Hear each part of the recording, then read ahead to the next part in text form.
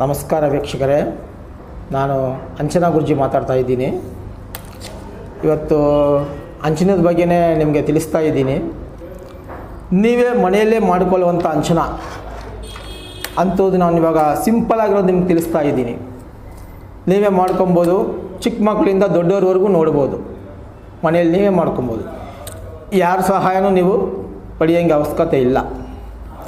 ಭದ್ರಾಕ್ಷಿ ಅಂದರೆ ರುದ್ರಾಶಿಯಲ್ಲೇ ಭದ್ರಾಶಿ ಅಂತ ಐತೆ. ಅದು ರುದ್ರಾಶಿನೇ, ಅದರಲ್ಲಿ ಭದ್ರಾಶಿ ಅಂತ ಐತೆ. ಆ ಭದ್ರಾಶಿ ಮತ್ತು ಇದು ವಜೆ. ರುದ್ರಾಕ್ಷಿ ಎಷ್ಟು ತೊಗೊತಿರೋ ಅಷ್ಟು ವಜೆ. ಇವಾಗ 3 ಭದ್ರಾಕ್ಷಿ ತೊಗೊಂಡ್ರೆ 3 ವಜೆ. ಈ ಎರಡೂ ಸಮತೂಕದಲ್ಲಿ ಚೆನ್ನಾಗಿ ಪೌಡ್ರ್ ಮಾಡಿ ಇದರಲ್ಲಿ ಜೇನು ಮಿಕ್ಸ್ ಮಾಡಿ ಒಂದು ಬೆಳ್ಳಿ ಡಬ್ಬದಲ್ಲೋ ಇಲ್ಲ ತಾಮ್ರದ ಡಬ್ಬದಲ್ಲೋ ಇಟ್ಕೊಂಬಿಡ್ರಿ.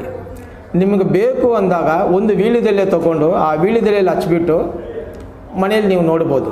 ಚಿಕ್ಕ ಮಕ್ಕಳಿಂದ ದೊಡ್ಡವರವರೆಗೂ ನೋಡ್ಬೋದು. ಸರ್ವಾಂಜನ ಥರ ಎಲ್ಲನೂ ಕಾಣುತ್ತದು. ಇದು ಉಪಯೋಗ ಮಾಡಬೇಕಾದ್ರೆ ಅಂಟು ಮುಂಟು ಅನ್ನೋ ವಿಷಯಗಳು ತಗೊಳ್ಬಾರ್ದದು. ಯಾಕೆಂದರೆ ಇದು ಅಂಚನ ಅನ್ನೋದು ಆಂಜನೇಯನಿಗೆ ಅವ್ರ ತಾಯಿಗೆ ಸಂಬಂಧಪಟ್ಟಿರೋ ಅಂಥ ವಿಷಯಗಳಿದು.